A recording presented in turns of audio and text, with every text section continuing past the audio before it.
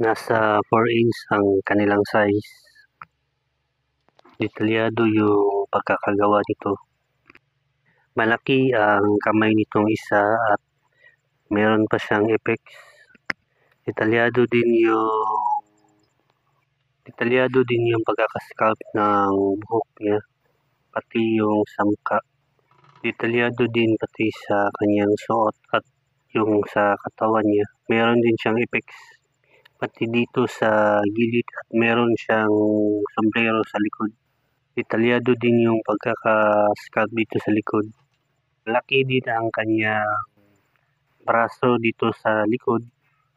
Marami din siyang parang lightning na effects. Meron siyang support sa kanyang kamay. Mabigat kasi at malaki.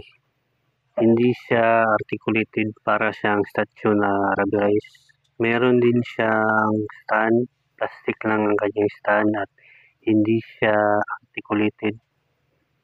Ang isa namang ito ay same lang sila pero iba lang yung pose nila. Detalyado din yung pagkakasculpt ng buhok niya, pati sa mukha at kanyang suot at sa kanyang katawan. Meron din siyang effect sa taas at meron siyang sombrero sa likod.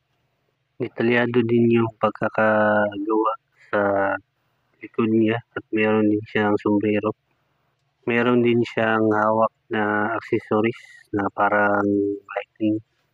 Meron siyang support sa likod at meron siyang stand. Hindi siya articulated, para lang siyang statue.